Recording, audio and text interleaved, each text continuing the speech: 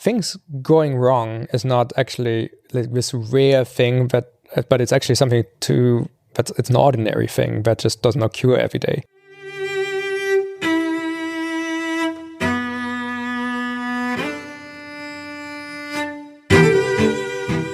Hello and welcome. I'm Shane Parrish, and this is The Knowledge Project, a podcast exploring the ideas, methods, and mental models that help you learn from the best of what other people have already figured out. To learn more about the show, access show notes, or see previous guests, go to fs.blog/podcast. My guest today is Tobi Lütke, co-founder and CEO of Shopify, the marquee shopping cart system of the e-commerce industry. Like me, Tobi's based in Ottawa, Canada, and while we had a lot of mutual friends, we had never met in person before recording this interview. As you'll soon discover, Tobi is incredibly well thought out on a wide range of subjects. This in-depth conversation covers a lot of ground, everything from growing and scaling Shopify to the trust battery and other useful mental models. Heck, we even talk about playing video games and how that helped prepare him to run one of the largest technology companies in the world. I hope you enjoy this conversation as much as I did.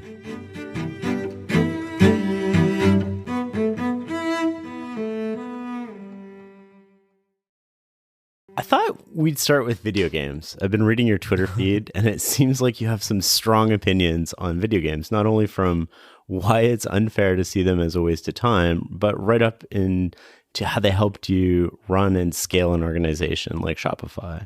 Let's unpack this. Can you expand on these thoughts? Yeah, that's so funny because I'm pretty open about, just playing video games a lot. I play video games with my kids. I like a lot of people know my opinion, but their role in people's lives is sort of misunderstood. So I get in these conversations where parents ask me, hey, my son's like playing this video game the entire time, and how should I put constraints on this and all these kind of things. And it's usually because everyone always ends up coming into these conversations very apologetically as almost like, hey, I as a parent lost control and now I need to course correct. So I'm always frustrated with this, because obviously you can have too much of a good thing, but there's a weird way that people perceive video games in society, which is not true about so many other things, right? So for instance, if the same parents come to me and saying, hey, my son is playing chess all day, that wouldn't, it would never happen, right? It's like chess is, everyone understands, hey, you learn chess, but obviously this is not terribly relevant, the skill of chess outside of wanting to have a good time playing board games with friends. But people understand that there's all these other benefits that come from developing this kind of skill, right? So I was frustrated. I put on Twitter hey, I think I actually learned most about building businesses from playing StarCraft. And then that somehow became one of my most popular tweets. So it was sort of interesting. Well, it's so unconventional, right? In terms of most people wouldn't think that playing a video game would help them run a company. Are there specific ways that it's helped you in terms of resource management or organization or failure or... Yeah, so what I had in mind when I said this, and I didn't actually expect this to be terribly insightful or even controversial, and clearly it was. So I spent my I'm born in 1980. I grew up, so I'm a child of the 90s. Good video games sort of started coming out when I was 15, essentially, right? And so I played a lot of StarCraft, when it came out, I. Now it's easy to look back and sort of when you connect the dots to realize just certain things you did during your formative years were important and certain things were just not important. And to me, it's just so blindingly obvious that playing StarCraft was one of those more important points. I read a fascinating book at some point where it was about the topic of soccer.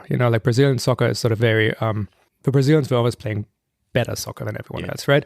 And at some point, rightfully, everyone said, well, what is that? Nurture, nature, genetics, and something else. And so somewhere in the 80s, people started flying to Brazil to actually look at what's this environment. And, there's probably multiple factors that at play, but what people realized is that Brazilians play a lot of soccer, first of all. There's just a lot of deliberate practice.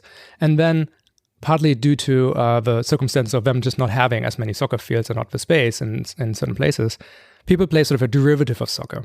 When like a game, I think it's called I can't say it. It's something like foosball, but it's a little bit different. Yeah. So that game is played with 6 players on a field, much smaller pitch, and just faster game. And what happens is everyone plays this, and therefore in a course of a game, everyone touches the ball probably 5-10 times as much as in a normal game of soccer. So what this says is, what they found is there's this other thing they can do, which is sort of like the thing that they really care about, but it's sort of a concentrated, distilled version of it, which just lends itself to just deliberate practice better, where people practice accidentally.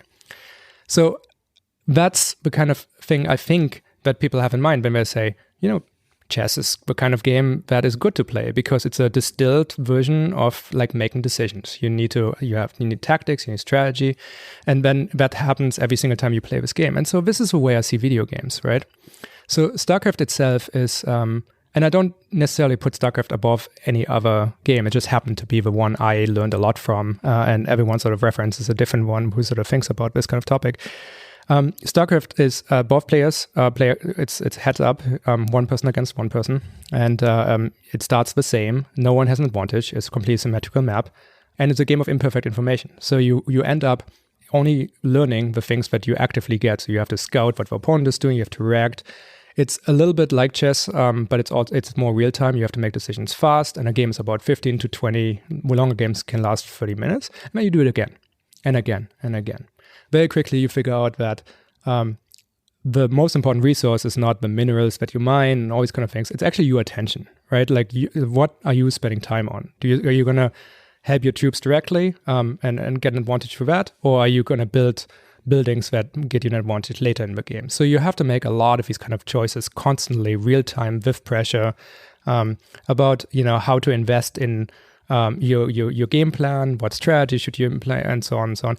And so you do this, and then again, you do it again, and in an evening, you do it 4, 5, 6, 7, 8, probably more like 20 times. Next day, you do it again, and you do that for years.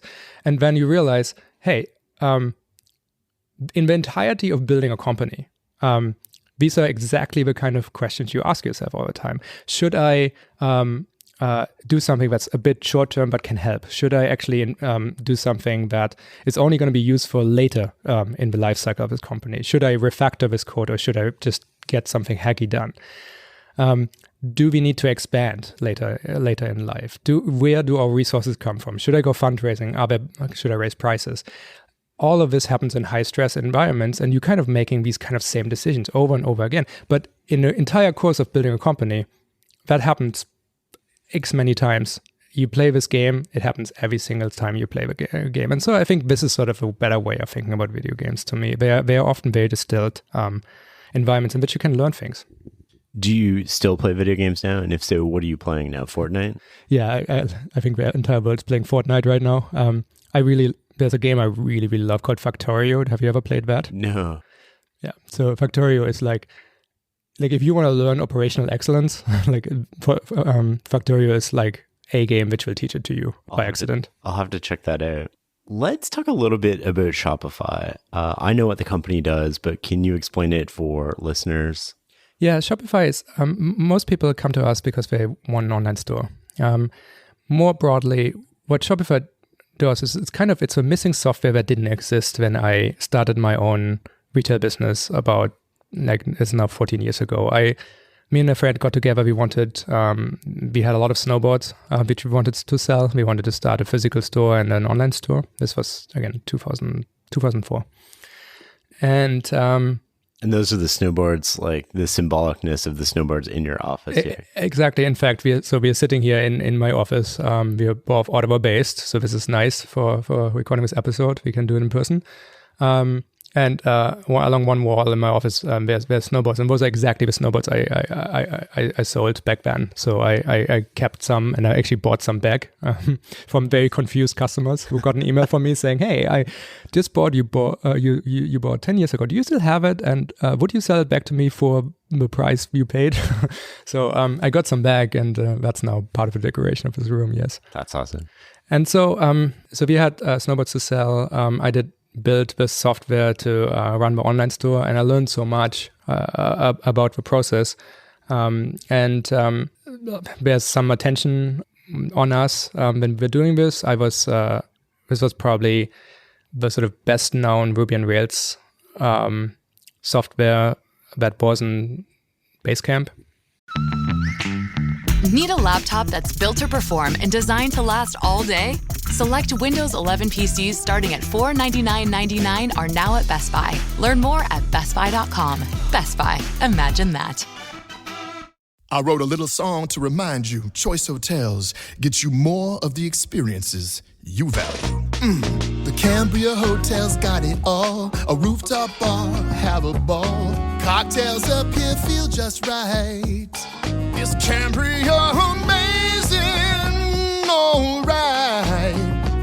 Bring a date, your team, or even your mom. Book direct at choicehotels.com. See you on the roof.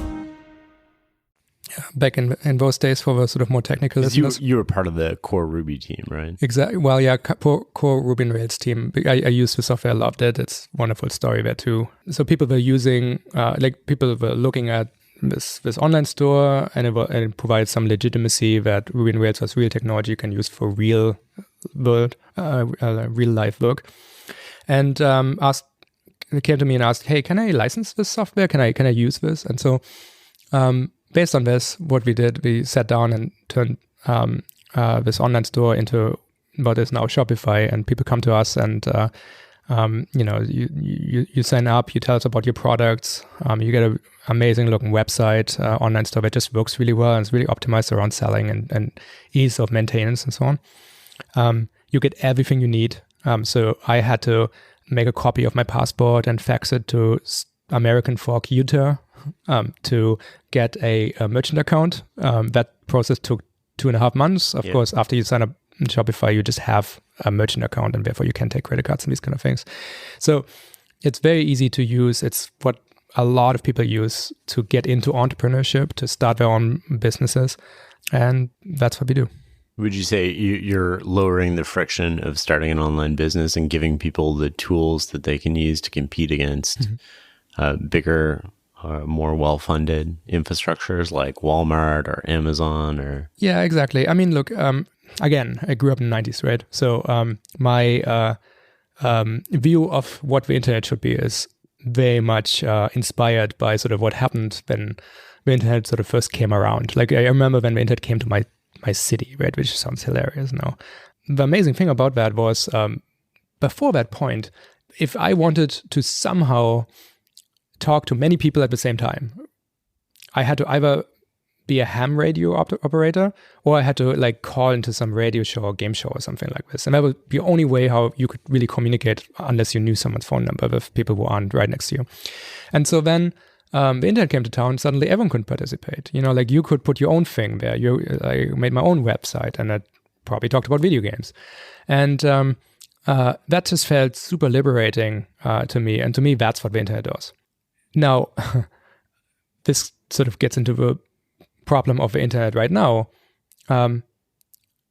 What happens, and what always happened, if you're a small village somewhere or medium-sized city, and you have this thriving community of different stores, merchants, people, like everyone, like this collision of ideas, which cities are, and a Walmart starts in your city, a couple of people will still go to the mom and pop stores and the smaller stores because they just like them and for various reasons. But over time, you know, the convenience factor and so on happens. And then at some point, they're all dead.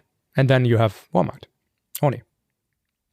And so the internet is a very big town, largest city ever. We're all next to each other, and the internet has its Walmart, right? And so I think that it is really, really important that there's a counterbalance to this. It's a counterbalance to everyone just buying everything from the same place, because the problem is the merchants matter. The merchants come up with new ideas. I have incredible stories of amazing stores that were created in the most random Atlantic islands.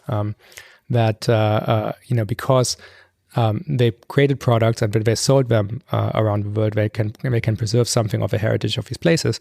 And so Shopify is kind of the counterforce to this centralization, at least in the world of commerce. We want to make it so simple to partake in entrepreneurship, to like add your own voice to sort of what's going on in the world. And so we want to lower the bar, lower the learning curve, make it just something that almost everyone can do. Because, I know we are like lots of your listeners are from a tech industry. Everyone sort of thinks like entrepreneurship is in really good shape because we all know like, two guys with a laptop can do whatever. That's true, but they live their life in a very certain way. They are computer programmers. They, like all sorts of things are true here. Most people aren't like that. Most people do not have a chance to just sit down and start a tech startup. In fact, while it is cheaper to make tech startups now, the minimum difficulty that and requirements that you just have to bring to start a company have actually increased, and we can see this in the numbers. Entrepreneurship is actually tanking across North America. Can you expand on that? Like, why is the barrier to entry increasing? Is it because of the data that the companies accumulate, or what are the? It's not even that. It's just like, what kind of qualifications do you need to be a tech co-founder, right? Like what kind of things do you have to put on your application to Y Combinator to be even considered, right? Like you essentially have to spend your life in almost a perfect linear arrow towards this goal. You have to have the right skills. Ideally, you have to have all sorts of extracurricular kind of things, which are, as we all know, are associated with middle or upper middle class upbringings, because that's where people have time for all these extracurricular kind of like things that give you an advantage then. And so you have to be without lots of dependence, because you're going to go into a hole for a decade to build a company. I certainly had to do that, and that was good then, but could I do it again now? Probably not. I have 3 kids, so there's a lot of kind of requirements that exist. So it became actually cheaper to start companies for a ever decreasing circle of people, the more and more fortunate. And so what I love and what gets me out of bed every day to do Shopify and work on it is that it's a counterforce to this, right? Like what Shopify allows people to do is like have, for $29 a month, get something that gets them pretty close to having all the things that Jeff had to build for himself when he started Amazon, right?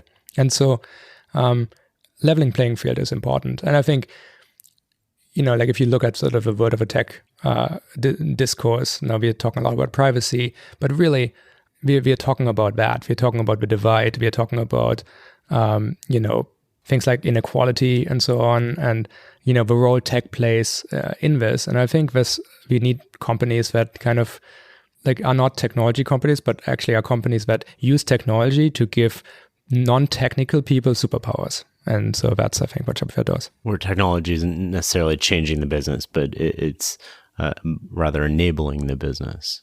Yeah, exactly. As you mentioned earlier, I mean, we're sitting in Ottawa. So one of the questions I've always had for you is kind of like, how is it that one of the top tech companies in the world is headquartered in Ottawa, Canada, of all places? What makes Ottawa right for Shopify? Yeah. I started the snowboard business here because my wife was studying in Ottawa during the time. And every time I needed to find people, I found fantastic people. And I think this goes back into sort of, I think there's a dangerously narrow narrative for how companies in general are created. When I sat down at some point, and by the way, I had lots of opportunities to move Shopify. I had term sheets by all the dream venture capitalists that sort of, however, stipulated that I would have to relocate the company to Silicon Valley or a place like this, which I then walked away from.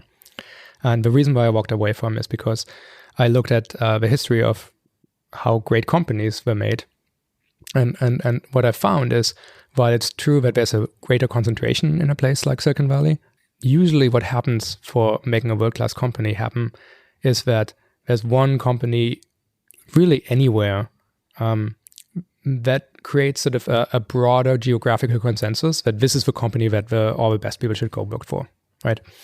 And I knew how I could become by far the best employer in Ottawa. I knew how I could, like there's Montreal and Toronto and Waterloo, like almost right next to us, and so at least the North American measure of distance.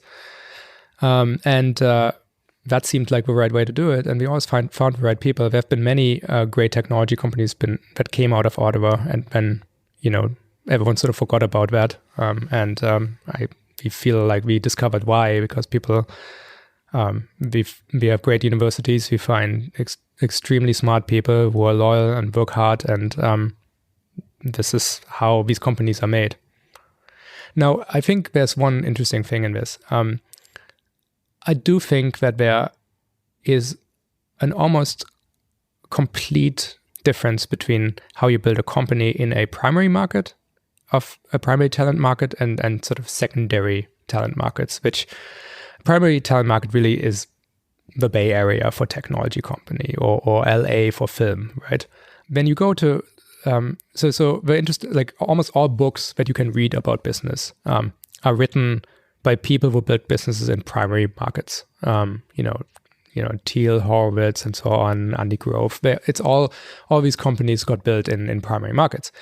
So the problem, I think, what makes it rarer that great companies are created outside of them, is partly because then secondary market people read the books from primary market people, they get the wrong lessons.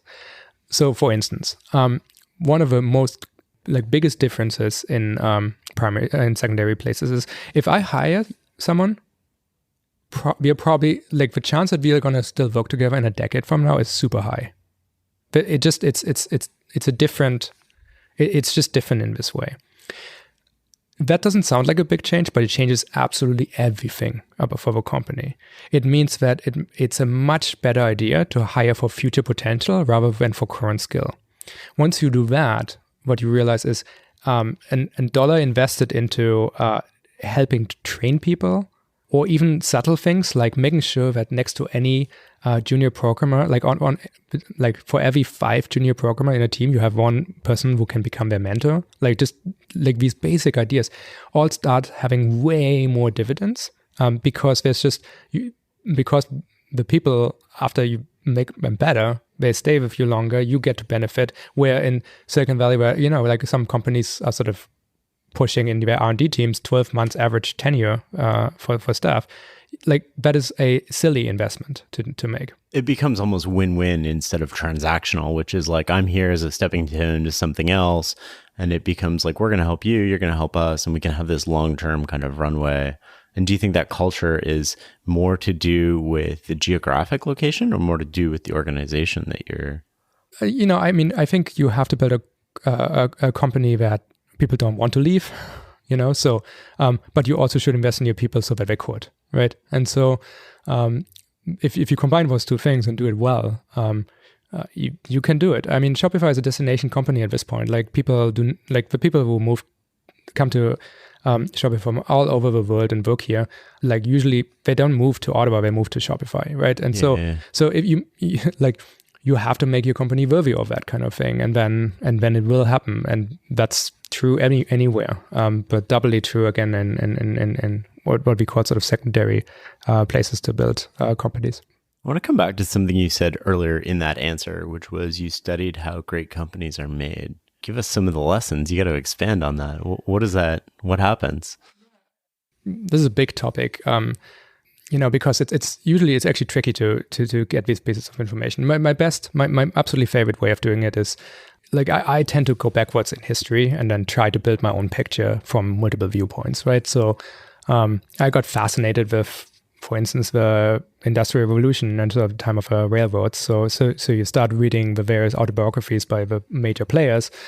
And even though those tend to be very sanitized, they usually are very accurate explaining sort of a situation that existed, in which they were solving problems. And then you can sort of rebuild this, saying, okay, why did that work? How did it happen that only Rockefeller saw that the money in oil was in the refineries, not in the wells, right? That seems like obvious, but it was only one person who figured it out, right, during this time. And so you're trying to reconstruct these kind of situations, and you look at them from multiple angles, and you realize, okay, here was the science, and that's a lesson, and that's something to take. And next time you analyze a situation that you come across yourself, this is a new model you can compare this situation to. So I find history is absolutely underrated, and I find I get most of my lessons from there, and that's usually how I explain things that are at hand. It's like I say, hey, I've seen this problem before, described in here, and let's go double click on how this was solved back then. And sometimes you also want to do a spreadsheet. It's not so hard to figure out. I mean, now billion-dollar companies are dime a dozen, but like that's not true 10 years ago when I was doing my spreadsheets, and there was not that many. And if you put them on a map, there's concentration, sure. But it seems like Silicon Valley can support like 2 to potentially 3 breakout companies at a time, which is not true about any other place. But that's the difference. It's not that you want to build a certain company, you have to go there. It's just like there's a deeper talent pool, and if you can become one of the best 3 employers there, then you have a shot at it. Is there one lesson from history that stands out when you think of how to go about making a great company that you think may be underappreciated? Yeah, for sure. To me, this is such a big topic. So almost all companies have been created in a world that can be described as complicated problem solving, right? So like you look at Henry Ford's factories or something like Bethlehem Steel or whatever, and essentially you have this incredibly long chains of cause and effect where at one point you put iron ore in and sheep or at least sheep wool, and then on the other side a Model T comes out, and every single step in this process was like this got popularized by a guy called Frederick Taylor under the name of scientific management, I think. So break this incredibly complicated task down into single tasks, which can be individually taught and can be done by absolutely anyone, and then you do this. This really is the story of Industrial Revolution. It's kind of like the difference between being a chef and creating something start to finish, or working at McDonald's, where it's like the fries go down for 90 seconds. And exactly. So like a chef would look at the holistic total of it, where McDonald's sort of broke it down into these steps. McDonald's is a wonderful example of like Henry Ford's idea to applied to food production. So this cause and effect thinking is embedded everywhere. Like the entire like an MBA program really drills this kind of thing. Now, I happen to believe that this is not so relevant anymore, because I think the world we are actually spending our time in, like we've almost built throughout the last 100 years every company that solves a complicated problem. And so the only kinds of problems that are now left are what's usually referred to as complex problems. Now, in a world of complexity, cause and effect isn't so clear. In fact, what happens is secondary and tertiary effects often become actually more important. And so what I actually learned from history, and what I sort of reconstructed, is the world in which people like Frederick Taylor were actually trying to solve the problems and what they were solving for and why this worked. That allows you to at some point walk away from this and saying, hey, this situation is too different in which we are building companies. And so I found it's interesting, and like I found there's a lot of great companies that suddenly became not great because especially when they're founder-led, they were comfortable in a world of complexity where things aren't so measurable and so clear, but where you optimize for the holistic total and saying, hey, the product needs to be perfect and it shouldn't reflect the organization that built it and all these kind of things. Where, and then at some point, the company slowly like fell in love with, hey, let's measure every single step. Let's optimize for various things that are measurable, and this ended up like really sort of eroding the company. So this is, I think, one of those ingredients that really helps building a company that's larger, but still feels like what makes working in a startup so much fun. I think we were talking about this right before the interview, but we have a lot of Shopify kind of readers and listeners to the podcast.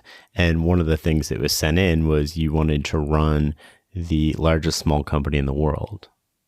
Is that what you mean by that? That's what I mean, yeah. Because I just find like people are very quickly miscorrelating things. You know, like a lot of people say, hey, it's like really fun to work for a startup and it's like super no fun to work for like a large company like IBM or whatever. And they really go and say like, you know, small company fun, large company no fun.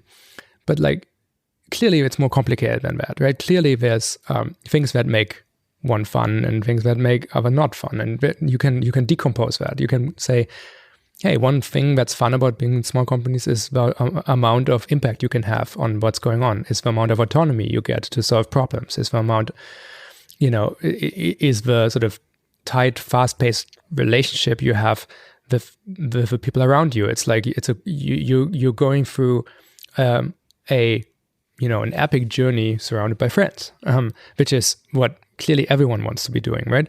And so none of those things are beyond the realm of what in a large company you can experience. In fact, if you just put your mind to it, it's something you can absolutely deconstruct and restore and actually keep.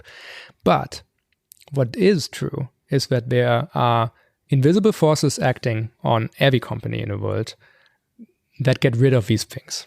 So the question is, which are those? How does this happen?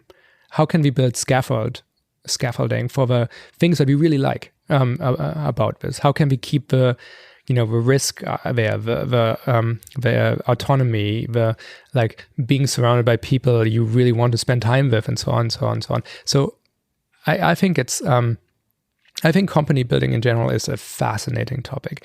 I operate under the assumption that, you know, I and many of my peers who are running companies right now, at some point, 30 years from now or something, we might get back together. We might have retired at this point. We look back at these times right now, and we will all be horribly embarrassed by the companies we ran in 2018. Yeah. We are going to say, like, how did we get anything done? How did we do anything that's like, how did we even build our product? Like, how did we do everything before we figured out this thing or that thing and all these things that I don't know what those are right now because we haven't invented them yet. But I think we're all going to be terribly embarrassed in the same way how when you watch a old movie now and there's people in a car and they're smoking with children in the back, that seems really embarrassing, but seemed okay back then, right? So I think the best company ever made, wherever that is, I don't know, and I don't even have one to venture a guess, is going to be like a 6 out of 10 on the scale towards a perfect company. And my goal in life, like, or at least something that's very important to me, is I want to be slightly less embarrassed than all the other guys and girls in 30 years. I want to figure out how to get to be a 6 out of 10, maybe start going to the 7 out of 10. And so for that, I think a lot has to be reinvented. There's a lot of stuff that companies do that have no positive impact on anything that the companies do. It's interesting because it sounds like you're looking at that on an absolute basis in terms of what is possible versus a relative basis, which might be like what is possible right now given the information and where we are as a company and what's possible today versus what's possible based on the laws of physics or nature. Because you have to, because one thing that happened with Shopify, which made making Shopify actually really hard, is that we did not really have competent competitors. It's really hard to build a company if you don't have an obvious enemy. There was no like nothing unifies you towards exactly. There wasn't a fight, right? Like there was Yahoo Stores was absolutely horrible when we started. I tried to use it for Snowdevil, I couldn't. Like the best thing it allowed you in terms of customization of your online store was changing the background colors of your different frame sets. Like that was. Most people don't even know what a frame set is, right? Like this was really, really outdated even back then. And so it's, there wasn't an obvious company we fought. So I think the thing we learned is we always have to look at the absolute.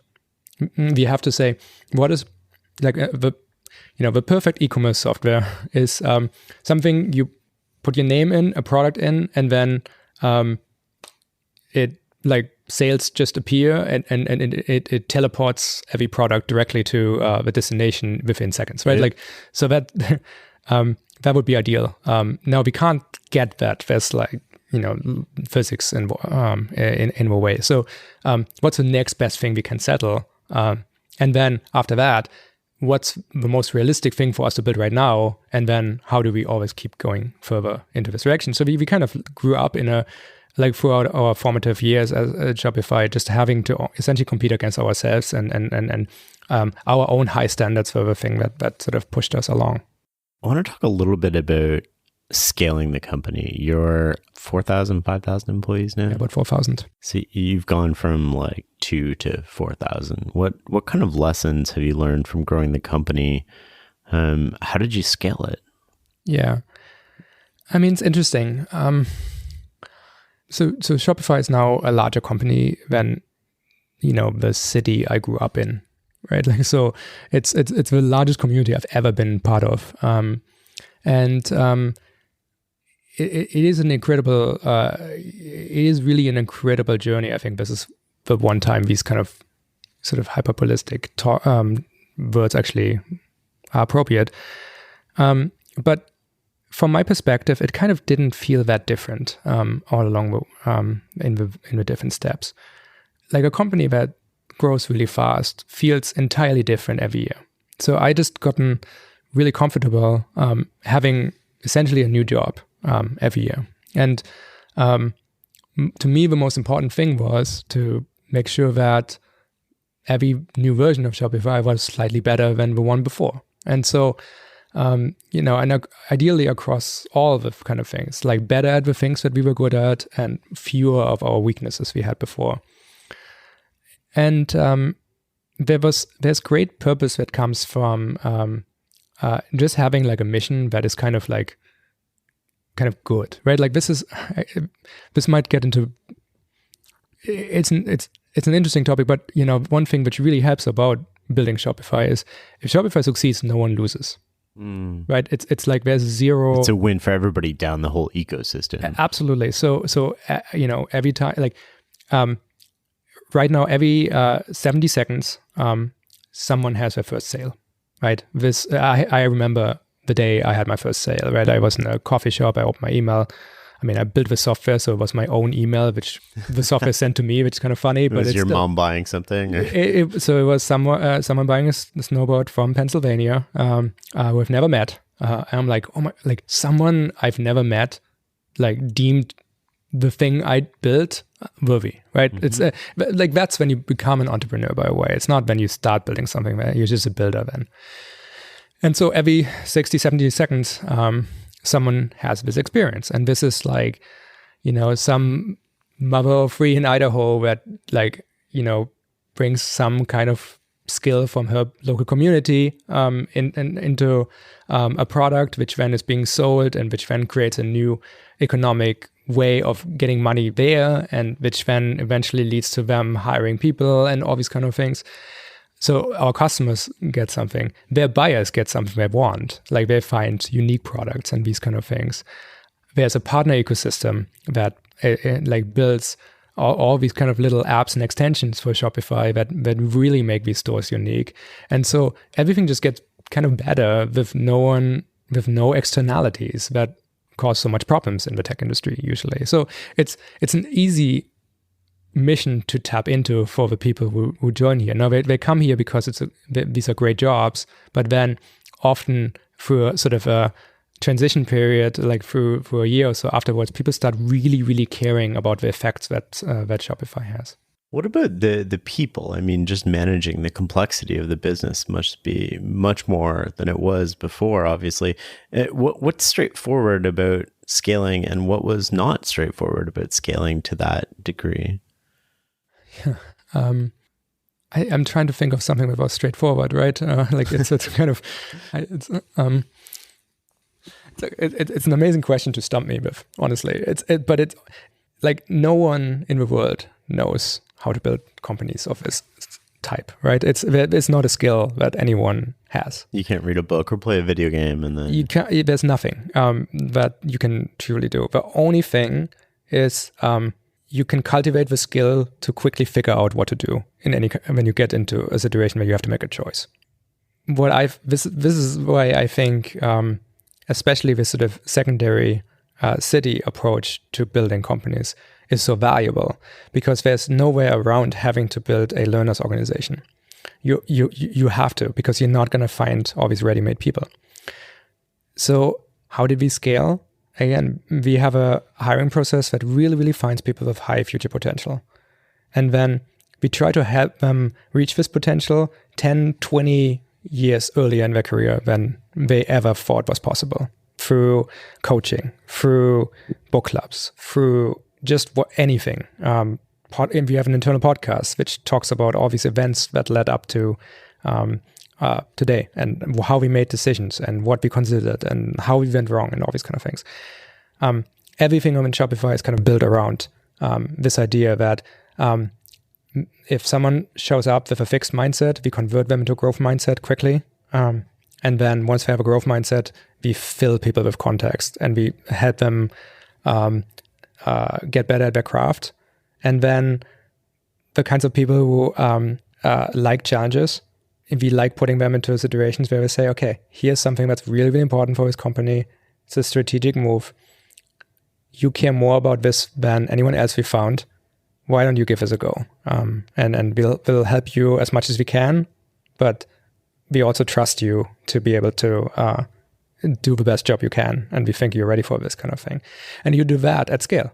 So this is not like the one time I'm thinking of that we did that. This is actually the way all of Shopify functions. And if we bring in experts in topics that are important, like when we built a payment gateway, we really needed people who understood the payments industry. They're not the people who run the group. They are the people who support those people. And so those are the tweaks to the formula. And we found that this is how it works, or at least this is how it worked for us. Aside from being a learning kind of organization or learning culture, what other words would you use to describe the culture that you're instilling or trying to get at Shopify?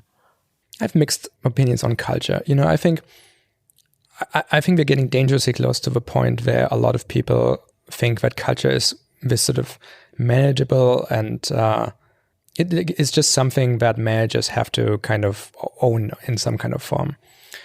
I think culture is just the sum total of all the people who work with each other.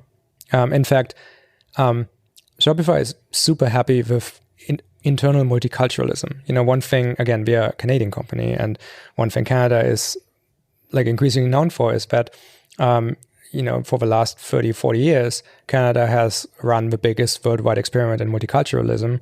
And by the way, it worked well. In fact, it probably works better than alternatives, and that's a very, very sort of important lesson Canada is starting to teach the rest of the world. Because I can tell you, when Germany 10 years ago had this conversation about, hey, should we double click on assimilation or multiculturalism, no one talked about the example that Canada has actually been running this experiment successfully. So that's something which I find so inspiring about Canada, especially as an immigrant from Germany. And that's something we really, really like within Shopify as well. Every one of our offices has different culture, and that's okay. There's no Shopify culture. I know there's like companies like, I think apparently, I've never worked for Google, obviously, but apparently people internally talk about sort of a Googliness score, which to me sounds super dystopian, and I hope I score lowly. I score low in that. Because I don't want to be like everyone else around. Yeah. I actually, I'm super happy being different, and I'm super happy about everyone being different. And I want everyone to show up as their authentic self at work, not some sanitized like conclusion of what people should be like. And feel comfortable in who they are. Exactly. Feel like, show up like you are. And that's what we celebrate. Diversity is a strength, as our Prime Minister keeps saying, and I absolutely agree with. So I tell you, like, if we are here in Ottawa, if like a lot of people from the Toronto office are coming to visit because we're working on, preparing for some conference together. So the culture of our Ottawa office is different that day just because of who showed up that day. And so that's actually the way to think about culture. The culture is like, how constrained do people feel? Like, are the true, original, authentic people showing up, or some like sanitized, guarded version of people? And the sanitized, guarded version isn't just, it's not just sort of a word of suits where it's sort of obvious. Like it's. I've been to a lot of Silicon Valley companies where everyone wears hoodies. So this comes in all, where everyone's optimizing for being seen to be similar to the people who happen to get the promotions. And it's very, very quick that you end up losing something that makes companies really much better. So this is, again, so we don't manage culture. We just like hire interesting people and let them be themselves. And that's, I can directly measure the quality of a meeting with how different people spend their lives up to the point of arriving at the meeting. So the more diverse, the better. How do you think about employees in terms of process or process and bureaucracy in terms of being adaptable and nimble and the organization that you want to run? Yeah, I mean, I have lots of thoughts on process. I actually think process is probably one of those things that the business world of right now will be most embarrassed about when we look back. It is amazing how little what I refer to as good process exists in most businesses, right? Because so you can actually, like, there's three kinds of process. There's a kind of process that makes things that were previously impossible to do possible. That's good. Then there's a kind of process that makes something that was previously possible significantly simpler, which is also good. Like, make it 10 times better. Ideally, make a process that makes an entire thing that previously took like days, make this light white. That's good. And then there's everything else. And I bet you 99.9% of all process that exists in corporate America is the third category, which is actually just telling people to behave slightly different from what common sense tells them to do, right? So we have lots and lots and lots of examples where we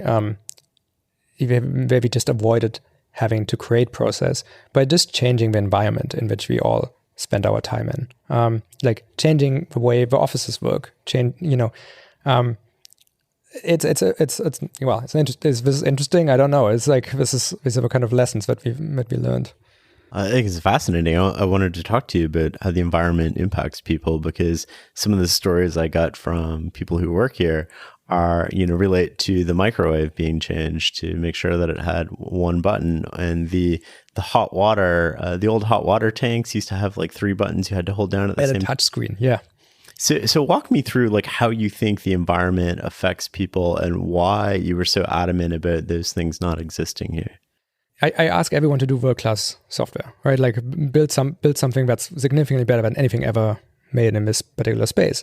But if you like arrive in the office and the first thing you do is, you get hot water for your tea, and you faced with some kind of absolutely insane user experience where they used a touchscreen for no particular reason, or you had to like push 3 buttons down just to get hot water, like where the obvious thing to use the device feels like an afterthought from the user experience, then I can't really ask everyone to do better. In fact, I can, but then I'm fighting gravity, and which I don't like to do. So a much, much better way to do is just make sure that everything is off the kind of, like everything that we control is of a quality around us that I want to see in our own products.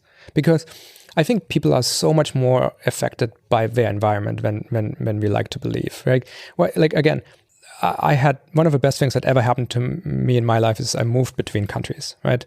When you do, you will learn so much. Like you can't explain culture of a country to someone in the country. It's like explaining water to fish, right? But if you leave somewhere and then move somewhere else, you actually end up with a sort of outside perspective to both. There's you are in Canada, you talk to people about Germany, and everyone talks about great engineering and all these kind of weird things, right? But then I go to the Museum of Modern Art and go to like a Dieter Rams exhibit, who is a designer I really like. And that looks like my house when growing up. Like this is all this stuff is not fancy stuff. That's actually the default coffee maker and razor and a radio that everyone has in their house during the 80s and 90s, right? And so why is there so much appreciation for great craftsmanship? Because we were surrounded by it growing up. And I think this effect is something you need to use to your advantage when you build a company. If someone is in an inspiring space that just is full of great design, and where everything just works, like your base level of what you will do in your own craft is going to be significantly affected by this. So the corporate America way of doing this would be have a crappy cubicle farm and then post motivational posters everyone saying have high standards, right? which is crazy. And clearly that doesn't work.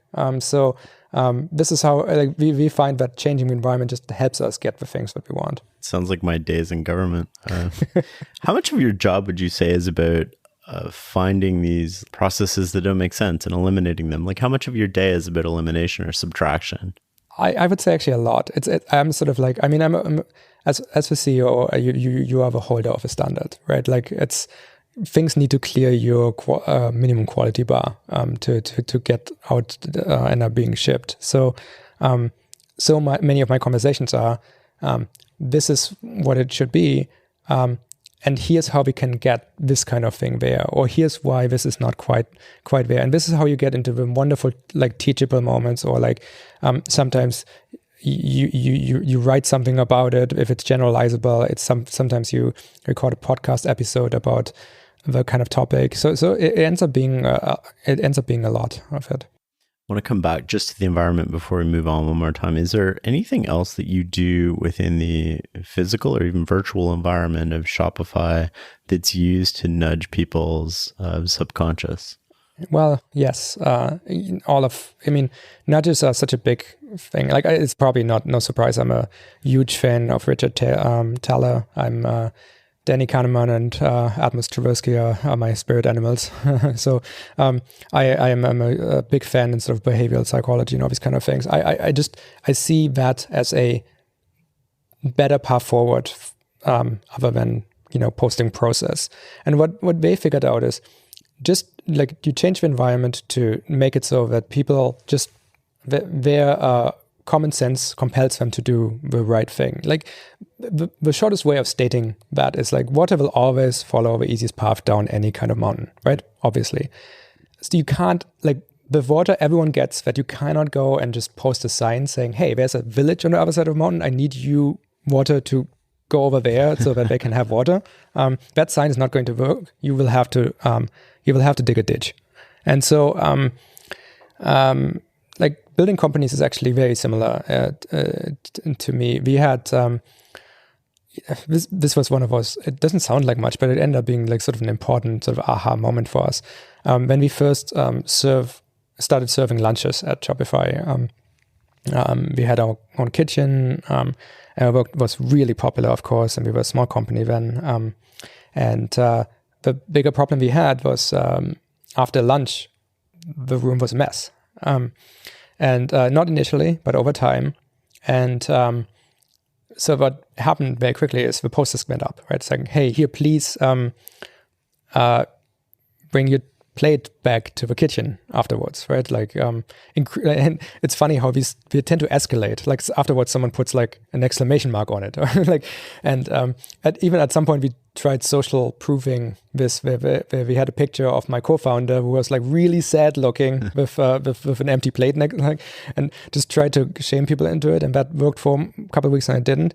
And then at some point we realized if you just put like a tray next to every exit of a lunchroom, that's where you can just put your cutlery into your plate there and make sure that's not overflowing, everyone's going to do the right thing. Everyone wants to do the right thing. It's just we ask people to use have to invest their willpower into doing the right thing. And that's not right. Like, you can try to do it, but I want the maximum amount of people's willpower that they are going to expend during their time at Shopify to be beneficial to our customers and not invested into going out of your way to return like a dirty plate to some sink. And so a lot of Shopify works like this. There's nudges for people, like for people if people don't have one-on-ones for a long time, they're getting a nudge about it, right? Like, and suddenly you can universally have one-on-ones, much better than having a policy with rights of what some people do. You're known for running, Shopify is known, I guess, for being a very resilient organization. One of the stories that we talked about the first time we ever had a conversation was about you moving buildings. Can you tell us that story and what happened and why it happened the way it did? Yeah.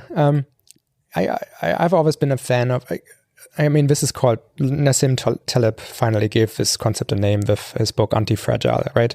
I firmly believe that if you want an organization that lasts, you need to be okay with bad things happening. And in fact, I think the quality of an organization is not how good it is at preventing bad things from happening, although it's a useful skill, but I don't think that's necessarily the quality of organization. The quality of organization is how quickly it does react to bad things happening. So this started very early with, long before it became cool. I was sort of, I logged this into is before anybody even knew about anti-fragility or it had a name. Long before this was a name. Like I logged into our server farm and turned random servers off, right? Because I just wanted to make sure that we are not relying on memcache being up, and this is because we did that in production. So like, oh yeah, internally it's called the Tobi test. Yes, that's cool. It really made a point, and it created a culture where everyone says, hey, you know what? Things going wrong is not actually like this rare thing but it's actually something it's an ordinary thing that just doesn't occur every day. And so I think it was really important. So we always looked for opportunities to do this kind of thing. Like we always, like I really, really like changing something just so that everyone has to adapt. Like thriving on change is actually one of the core values. And it's a huge disclaimer. It's the thriving on change thing we are serious about, right? Like this is something that comes up during hiring, saying, hey, you really need to understand what that means, because that's like, if Shopify is absolutely not a company for everyone. This one thing you really have to like be okay with. Things are going to change a lot. We are not going to pretend that Shopify lives in a static world of unchanging requirements. And so, when we had this sort of, we were changing offices. We were about, I think, 600, 700 people from one office to the next here in Ottawa. And we were like, our landlord was really unhappy about losing us. And so he wasn't giving us an extension on our lease. And the second office started going later and later. At some point, we had a conversation about what are we going to do if we need a plan B here if those things don't line up anymore. And so plan B was, okay, well, we'll have to ask everyone to work from home for a little while. And that didn't actually sound so scary. And then over the course of next week, I increasingly fell in love with plan B. And at some point, when I was really disappointed when I heard that it actually became like the buildings, it would line up, we could do it. And so I'm like, why don't we still go with plan B? Because, we increasingly hired people in other offices. I think a company that wants to be able to work well across different offices, especially with some people working remotely as well, needs to have a lot of empathy for those people, because unless you have ever done this yourself, it's very, very hard to build, to work with. You just don't know what it's like to not be there and not hear those conversations and not be in the office and so on. So we decided to make plan B, plan A. And so we closed our office, as in we deprogrammed everyone's fob one day, sent an email the evening before and said, hey, we're going to be homeless for a month. And let's, like, if anyone has some good ideas about how to deal with that, please share. And it was pretty chaotic. It was really, really, really good business for all of our coffee shops initially. Like people started collecting. Some people had houses downtown, so they became bases of operation. Our chefs ended up buying an old taco truck. Oh, that's amazing. They drove around town and just to fed everybody in pop-up little do pop-ups and post on chat which parks they would park at and where people could come. And so it was actually a wonderful time. We had a great time. Everyone was really glad to be back in an office afterwards. But we learned so much about tools we had to which just didn't work anymore. Like we learned where we were relying on physical proximity, physical proximity is an incredibly powerful force, but you need to appreciate it, and you need to know when you using it as a crutch, because if you add a remote person into the team, suddenly you kind of have to change behavior. So that's a good example. But like Shopify is littered with examples of this. Like we did our big developer conference last year in San Francisco. Day one was really, really great. Day two, we arrived and there was no power at the place. And this was across all of San Francisco, I might add. Like this is the capital of technology in the world, and we had no electrons come from the sockets. It was absolutely remarkable. I think most companies would have canceled day two. In our case, like everyone just immediately said, okay, this is probably going to last. People ended up getting moved the entire conference. We couldn't go into the room because fire marshals wouldn't let us. So moved the entire conference to the parking lot.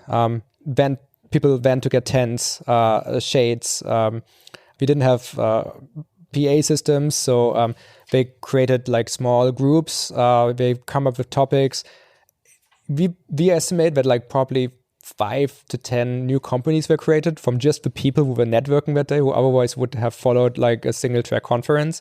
It ended up being actually almost a better day than what we have planned. And I love that, because that's what we trained for. This is important. Like reacting like this is, I think, is something you want to cultivate as a company.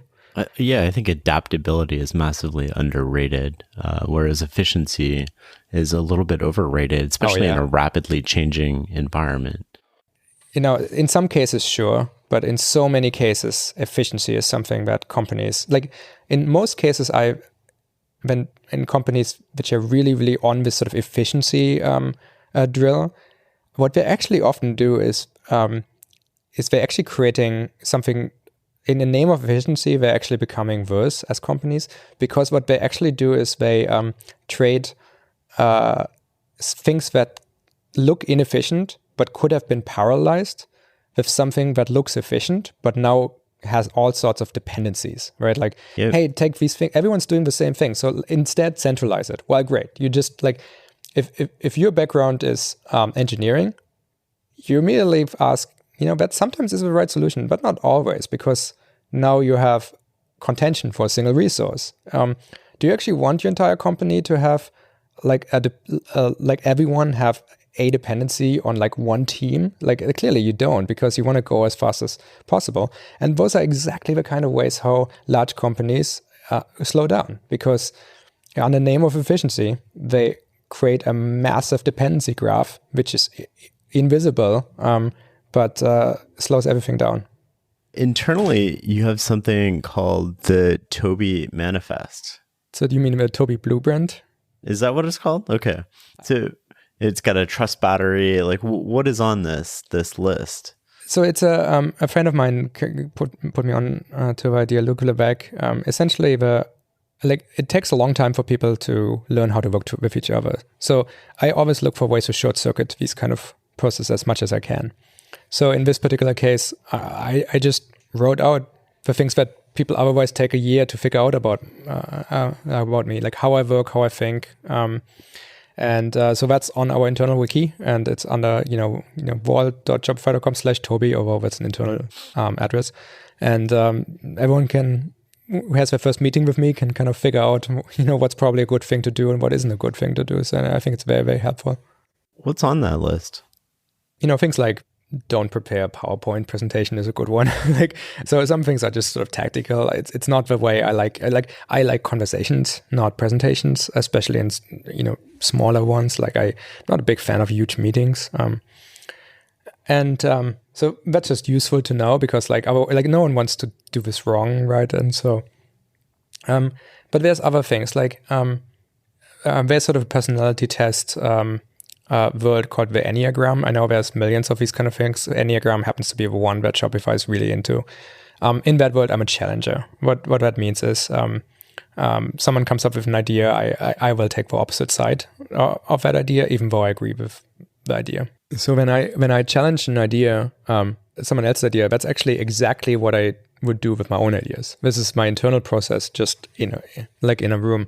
And so it's important that people don't immediately become defensive, because I'm not out to get them. I think, Tobi doesn't agree with me, or exactly, because I've seen this effect too many times that someone has a really good idea. I say, well, how about we do exactly the opposite? And then they really immediately came over to my point of view. I'm like, oh, hold on a second. No, I like yours better. And that causes But why was that so easy to convince you? Why was it so easy to convince me? No, like doesn't it make you wonder why it's so easy to convince them to change their mind? I think it's human nature. I wish it wasn't so, but there's a thing, like North America is blessed with a very low distance of power as a culture, right? But still, the problem is, if you're the founder of a company, you're the CEO of a company, especially if it's one of your earliest meetings, as much as I wish it wasn't so, people treat you with some deference because of all the sort of social credit that you have. And so I don't want people to. I want people to have a conversation with, and I do to their ideas exactly what I do to my own ideas. And through that process, we get to better understanding, because I want the best idea to win at any point, and I don't care if that comes from me or from someone else. So writing this out and telling people, full disclaimer, this is probably what's going to happen, is really, really helpful for us to have better meetings. One of the things on that list is, I think, the concept of a trust battery. Can you expand on that? What is that? What does it mean? Yeah, I find this like a trust battery fits in perfectly with sort of your topic of your entire world. It's just a mental model for how to think about the relationship between people, right? It's it's something that actually exists, but is rarely documented. People sort of think about trust as almost an on-off kind of thing. Like, I trust my mother, I don't trust the NSA or whatever. But it's actually clearly a gradient. It's really something with a lot of different points on this particular spectrum, right? If people meet each other, especially in a sort of curated context like a company, like both of us start working here and we both got hired. So we both ran through the gauntlet of how to be hired here. So that means we probably will trust each other, let's say 50%, right off the bat. When we have these interactions, we have a meeting like the one we just talked about. We combat an idea, or we just talk about an idea. We come up with something even better. We work well together. This slowly charges, right? And I think it's useful to have this metaphor between people, because it allows you to sort of talk about the trust that exists between two people without actually becoming personal. So much about working in teams is the way you communicate about working together, like the way you give each other feedback. It's so much easier to say, hey, I love working with you and the kind of work you do, but you don't show up to the team meetings. And I just want you to know, like, those two things offset each other. This is why your trust battery with the rest of the team is just not going up, even though you're doing great work. It's a much better conversation with saying, hey, do you not care about us? Do you, right. Because then you're attacking the sort of identity where this is actually a factual discussion about like a concept. And so the trust battery is really useful for two people to converse about working together. But it's more important than that, because like I already said, I want Shopify to be a company where people have an enormous amount of personal autonomy. But it's not possible to just bestow that on everyone. So because trust needs to be earned. And so when you have a concept like this, where you can say, hey, get to 80, 90% of the trust battery with majority of people around you. And then we give you an area to own, and then we trust that you own it. Yeah. That's what people do already. So all we are doing is putting a metaphor into play that people can refer to, and give people a goal saying, hey, here's what I get if I build the trust with the rest of the team, and so on. What are the other mental models that you use to either run Shopify or interact with other people? As you know, like I read lots of books. I'm fascinated with the concept of mental models. You've listed hundreds of or over 100 on your page. I know you're working on a book on the topic. There's so many more. There's so many metaphors that come from different fields. Like I sometimes feel like I learn more about how to build a great team from learning to play an instrument than from any kind of managerial kind of training or something like this. So I just think this is the way we become better at anything. There's one of the when I sit down with especially sort of younger engineers, designers, and so on in a company, and they ask me like how to get better. Everyone is always really quite like people know how to get better at their craft, but it's actually I think in most cases the best way to get better at what you do is actually go broader. Like just learn, add the other skills. Like we have a reading, like a library, like essentially a book club across Shopify. I curate the books that are in it, and there are books that have absolutely nothing to do with business, like Drawing on the Right Side of a Brain, Understanding Exposure. These books are there because I really want people to just say, okay, you're an engineer. If you learn to draw, you're gonna have so much more empathy for working with designers. You're gonna have such a different appreciation about how light works. And so on and so on. So this is really what I try to do with people, and that's what I try to do myself. I've found some of the most interesting lessons that are useful to building a company like this. Again, as we said, in playing video games where people don't expect it. This is why people were so surprised with my comments. StarCraft is an absolutely wonderful kind of like game of incomplete information in a box that can be played very quickly. Factorio teaches you how to productize and optimize an entire massive complicated system and so on.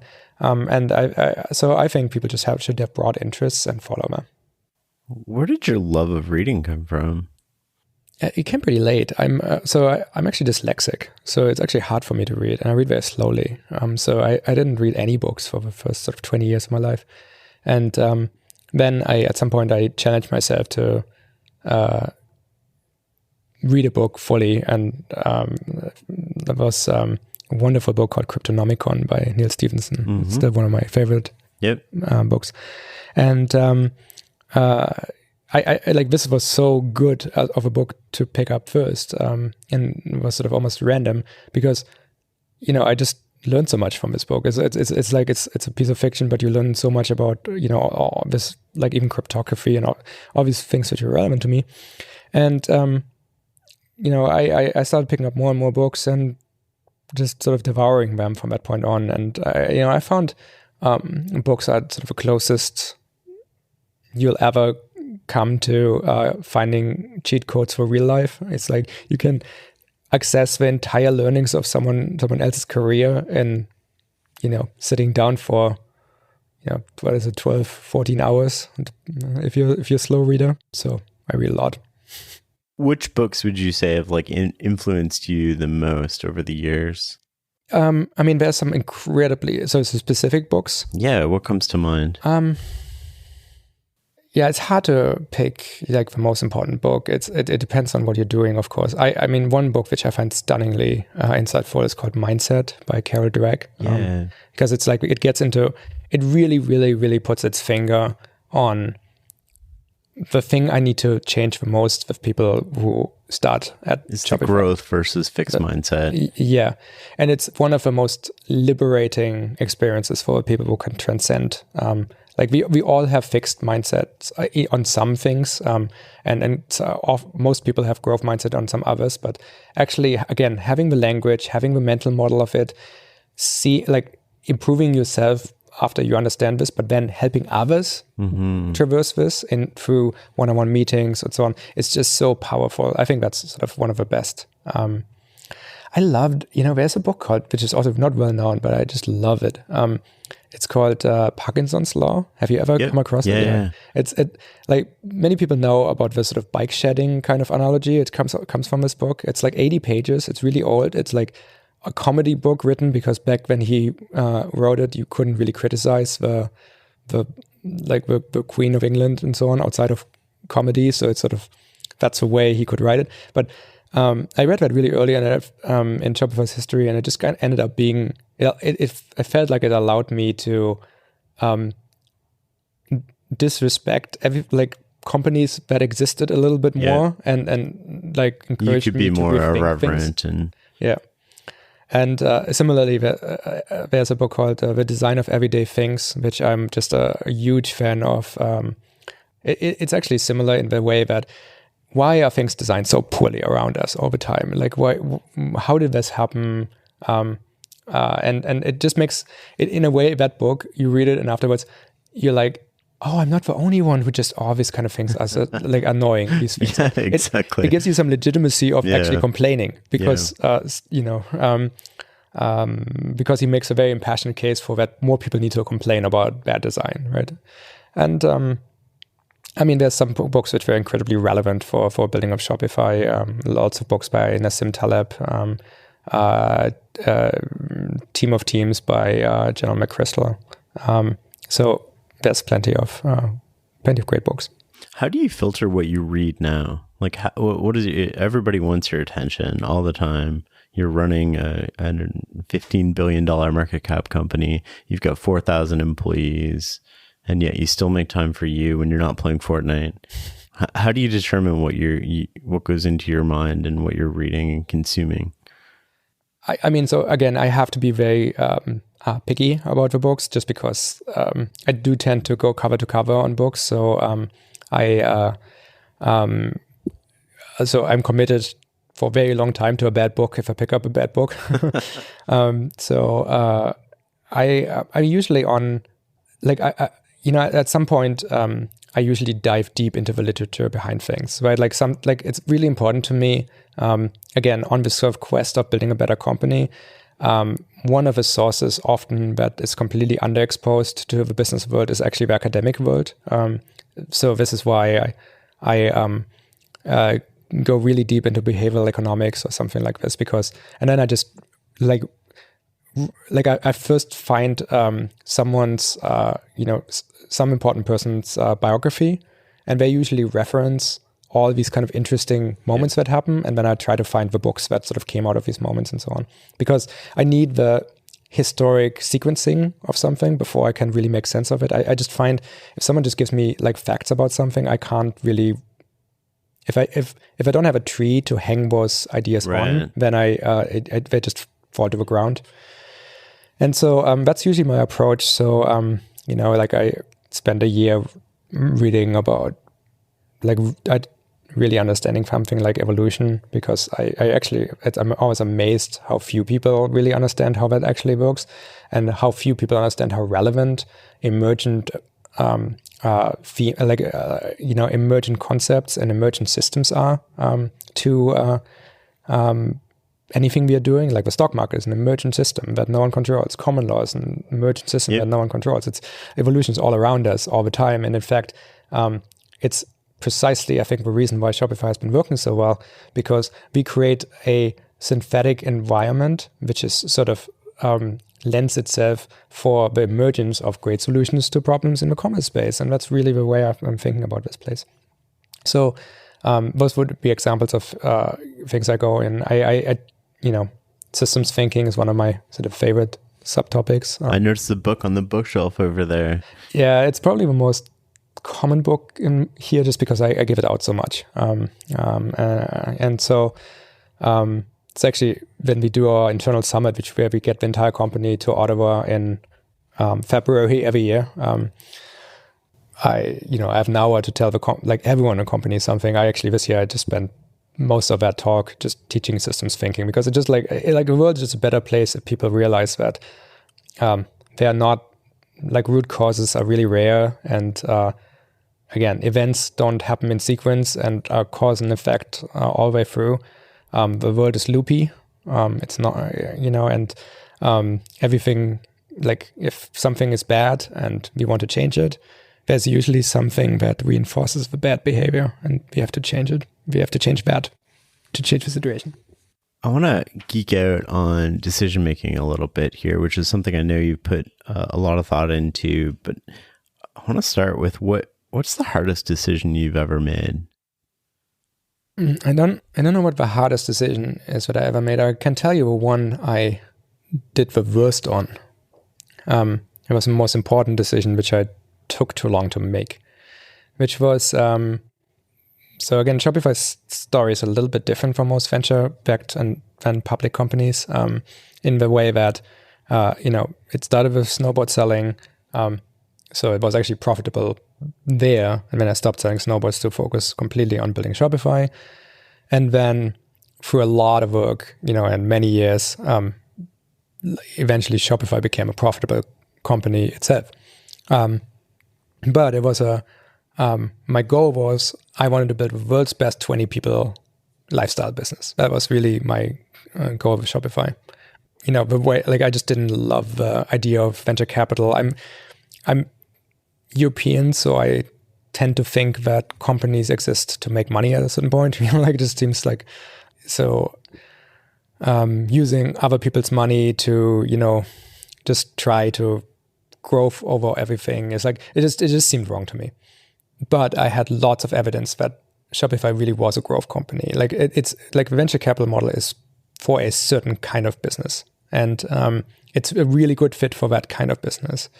And I think I knew that Shopify was one of those companies, and then I kind of artificially constrained it. So the decision I didn't make was, can I and should I transition Shopify from being a lifestyle business to a growth business? And the reason why I ended up so I feel now that I was the limit. I was the bottleneck on potential for Shopify for a good year and a half period, in which I just dragged my feet making this call. And I'm so traumatized from that. I never want to be a bottleneck of a company again. And this was another one of those things that just pushed me into I need to look after my own personal growth. I need to be ahead of where the company needs me to be at, and so on. And eventually I made the decision in a very sort of data-driven way. I saved up some money instead of investing it immediately into hiring someone new. And once I had $50,000 saved, I took 5 ideas we had that, of marketing ideas or ideas to how to grow Shopify, and just funded all of them at the same time and said, if 2 of them work, we are really a growth company that's being held back by its resources. And they all 5 worked. So it became super bloody signal. Obvious. Yes. It became very, very, very obvious. You mentioned you took too long to make the decision. How do you think about speed when it comes to decision-making internally? Yeah, the most important thing, I tend to talk with people about this a lot. I think the most important thing that people have to understand is how undoable is a decision. Mm-hmm. If an idea is fully undoable, I want people to almost, make it as quickly as they can. So the problem is that you can never un-VC fund yourself. Yeah. So when a decision is something that you can't take back, then it's worth really, really understanding. So in terms of decision making, I don't think I can teach terribly new things. It's the most important thing is get all the context and then make a decision. If you just do that, you're already doing a better job than the vast majority of people in business, because almost everyone makes a decision and then gets data to support that decision. So that you're already out ahead if you do that. And then your skill in decision making is directly proportional to your quality of information acquisition. So, how good are you at making decisions? Like how good are you at acquiring information? How far can you go? How many resources do you have? Do you have ability to go directly to a database and ask it question? Do you have ability to call the right people up to ask them about their experience? Did you read the books already, which allow you to sort of identify a situation as something that's like something else, where you can go and reread it to figure out, are you considering the same facts? So that those things are the things that you need to cultivate as a skill. And then lastly, one thing I started really early, which has been exceptionally useful, is when and ever since this decision of turning Shopify into a growth company occurred, I tend to take when I have to do a major decision, I have a small log file where I just put one paragraph in about the decision I made and what information I consider to be the most important one, which pushed me into the direction, and then I just sort of revisit that every half year and just say, was I right about this, given benefit of hindsight? Because eventually you know if your decision was right.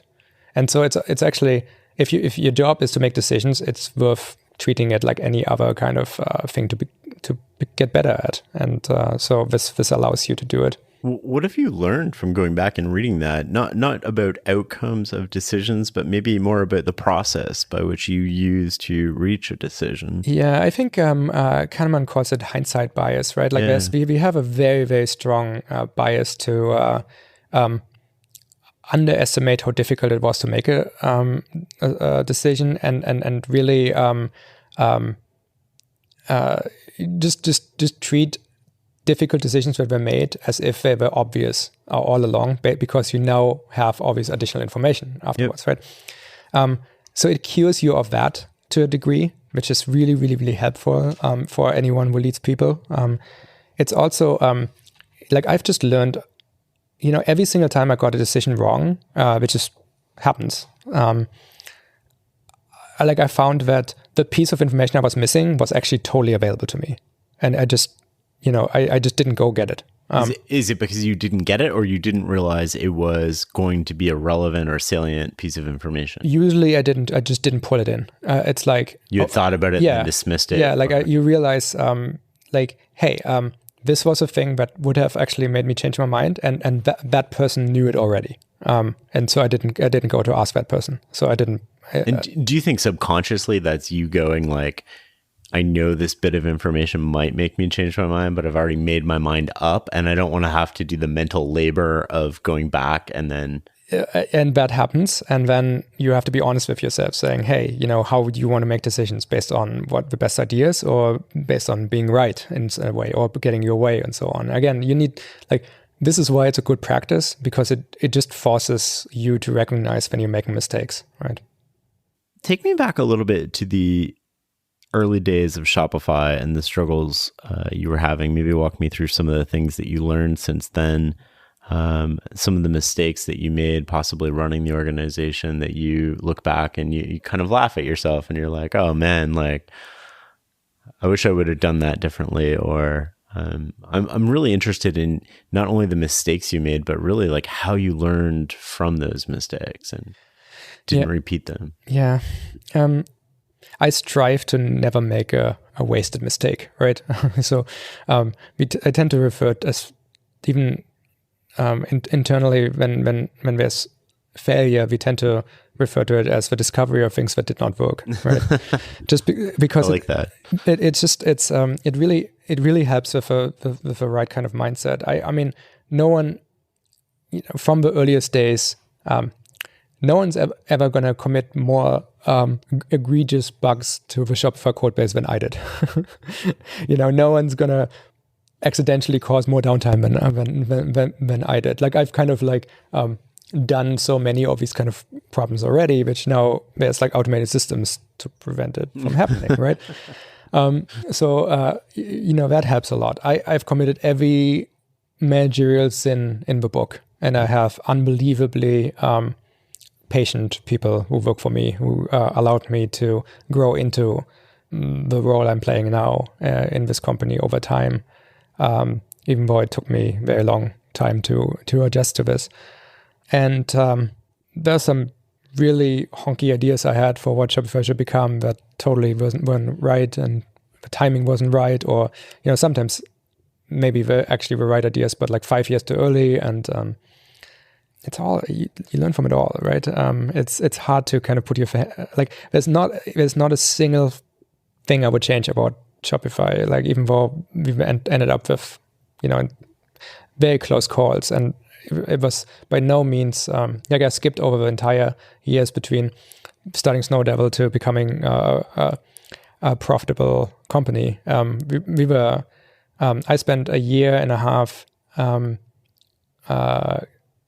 being out of money and asking my father-in-law, who I was living with, me and my wife, for checks to meet payroll. And I never will figure out why he actually gave those checks to us. But like we were essentially dead and on life support for a long time. And it was only actually the recession which sort of saved Shopify, because at this point it was good enough, and people were replacing really expensive e-commerce systems with much cheaper, but at this point better Shopify, and that kind of got us. Does that experience of like not being able to make payroll or being desperate to get money to make payroll, does it change how you run the company today? Oh yeah, you just have to. I had to learn to make every dollar count, and it's hard. It's a hard habit to shake, right? Like, it's I actually think it's one of those kind of lessons that you get deprived of if you go straight into a startup accelerator and then and get the Series A funding with not a lot of effort. And like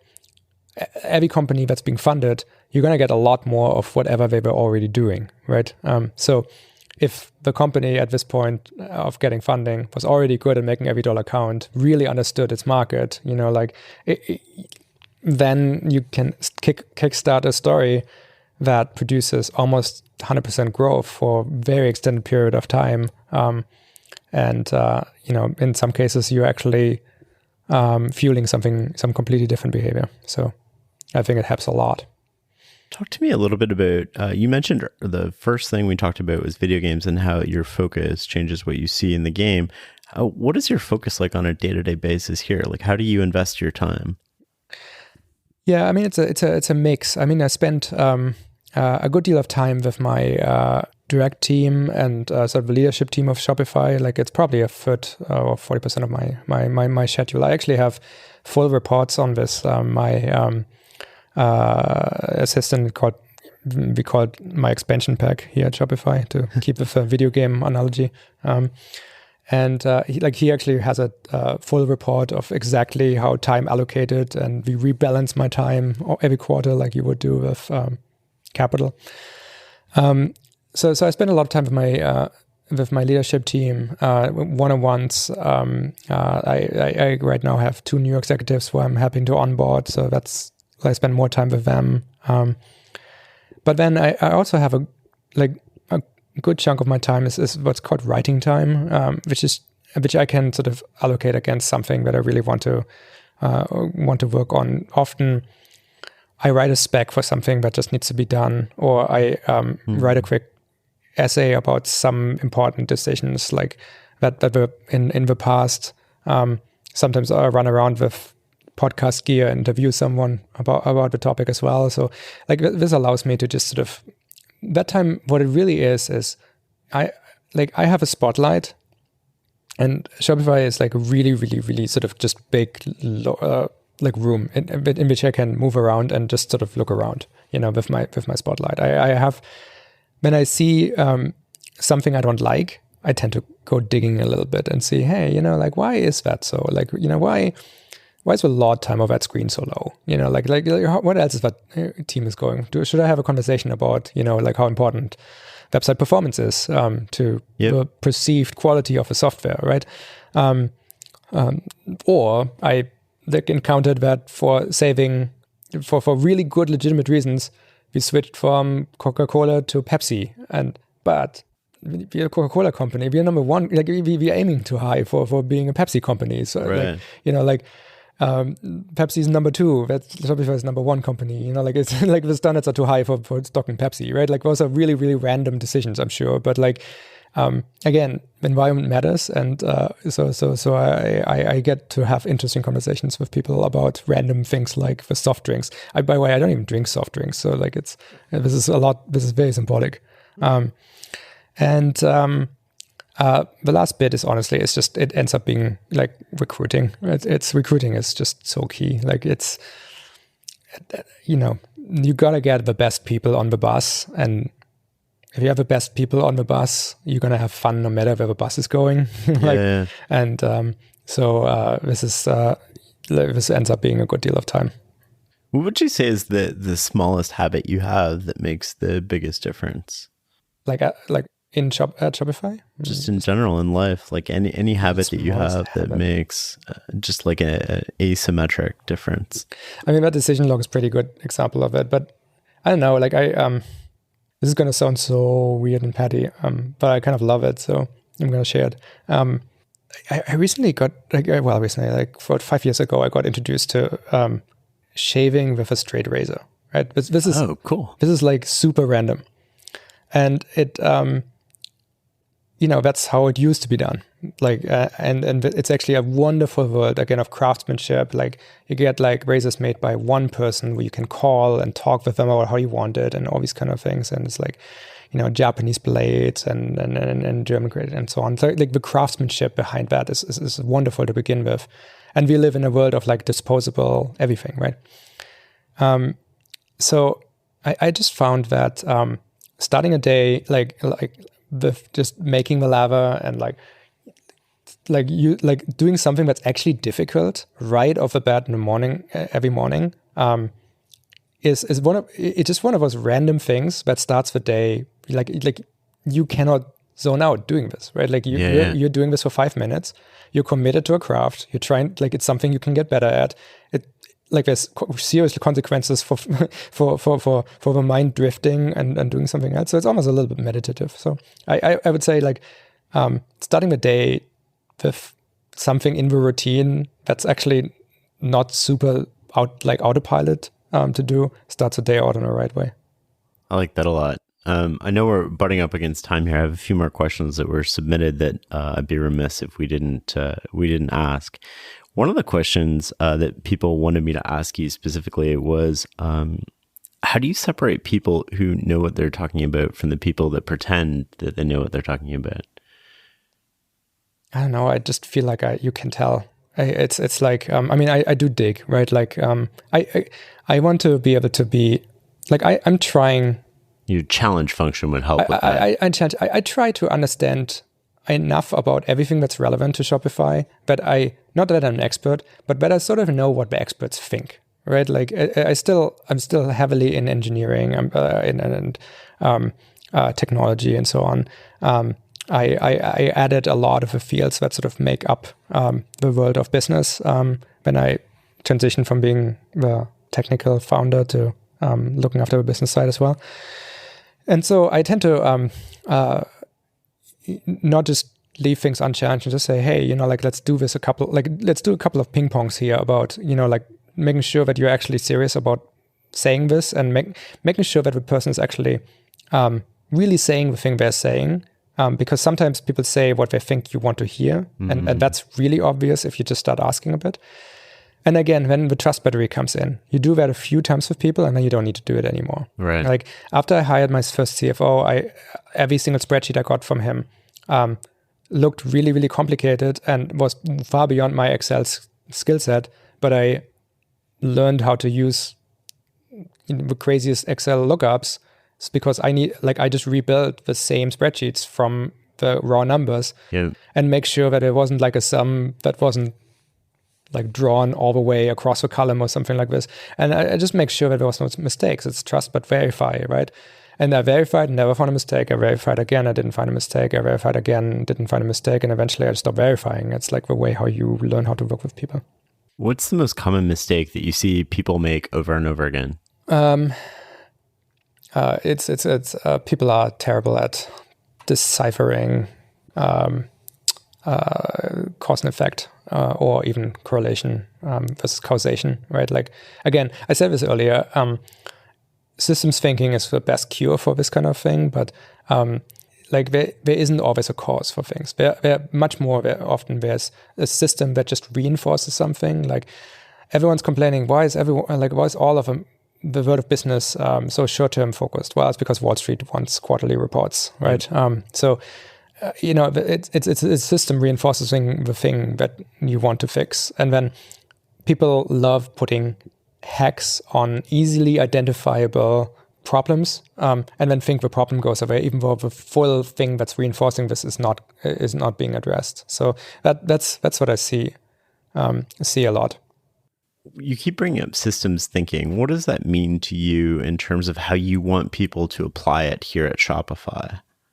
Yeah, I mean, systems thinking teaches you to draw diagrams of a certain kind, right? Like, which really are hey, let's zoom out, let's declare the little boundaries of our system, about all the stuff that doesn't matter, but within it, let's really figure out what forces exist and how they balance the loops, how they reinforce the loops. And once you do that, you can then, part of what is so great about just this exercise is it is almost impossible for a room of people to, everyone in a room can talk about the same thing and mean completely different things. But if you're writing a systems diagram on a whiteboard, afterwards there's a sync. Like people will, if someone has an assumption about that system working differently, that will come up. And so I think that's why it's so powerful. So that's the actual way of how I wanted to. By exposing, it forces people to expose how they're thinking about something in terms of interactions, which allows people to kind of challenge, oh, I don't think it's that way. And then you get to a deeper version of reality or understanding through that. But there's also this entire other thing that's also acting on this. Is that relevant? And then everyone's like, oh my God, you're right. And then suddenly you make progress against, coming up with a solution. Last question that I want to ask you is, what do you think of algorithmic decision-making and where we're going in that sense, in terms of not only scaling and running an organization, but in terms of machine intelligence, if you will? A very complex set of thoughts on this. But I'm sort of in the, I think broadly, I'm probably in the Gary Kasparov kind of camp of thinking. One thing he points out, which I really, really love, is that obviously he famously lost to Deep Blue in chess, and he did not like that one bit. So finally he wrote a book about what that experience was like, sort of 20 years later. And one thing he did point out is that the discussion is framed too much about people against machines. It's a narrative sleight of hand. It's not really what we're seeing in the world. It potentially even comes from this sort of Deep Blue experience, right? Because there was the best grandmaster in the world, the world champion, playing against a computer, and the computer came out victorious. But that's not the way reality works, because what he says is, if even a reasonably good chess player with an engine plays against just an engine, it's always the human and the engine who will win. So it's we are interested in trying to get the best result, right? And so I think humans assisted by technology are probably the thing that we should be going for, instead of trying to replace people so much. And I think we will see that effect significantly more. And in a way, that's kind of what Shopify kind of is, right? Like we think about Shopify a little bit as it's sort of a fire flower from Mario, right? Like you find one, and then you can throw fireballs. You just got a superpower. Like we want to be a superpower that people discover and just have skills that they never thought they would have afterwards. They have a skill to start a business and scale it and become an entrepreneur and change your entire identity. Like your descendants, like your grandchildren will refer to you as a entrepreneur because of that. At some point you signed up for Shopify and somehow made it work. But it's not Shopify which did it, it's you, right? It's empowering people, giving them opportunities for self-actualization.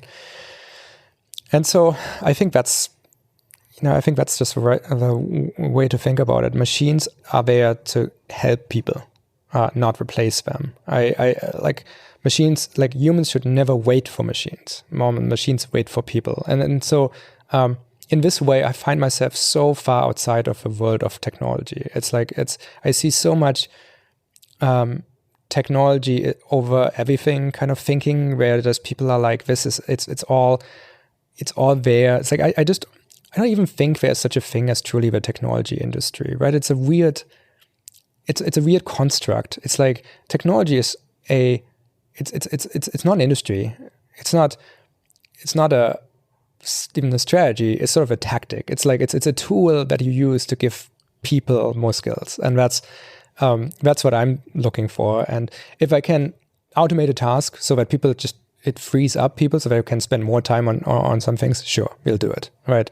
No one needs to learn how to look at an order and figure out if it's fraudulent. Like we can look at every single data point, which we could also present you, but we can just do it and do it for you. That improves the quality time you can spend on building the business rather than working in it. But I think we want to assist people instead of replace them. I think that's a great point to leave this, Tobi. This has been a fascinating conversation, and maybe we'll continue for part 2 next year. Awesome. Let's do it. Take care. Hey guys, this is Shane again. Just a few more things before we wrap up. You can find show notes at farnamstreetblog.com/podcast. That's FARNAMSTREETBLOG.com/podcast. You can also find information there on how to get a transcript. And if you'd like to receive a weekly email from me filled with all sorts of brain food, go to farnamstreetblog.com/newsletter. This is all the good stuff I've found on the web that week that I've read and shared with close friends, books I'm reading, and so much more. Thank you for listening.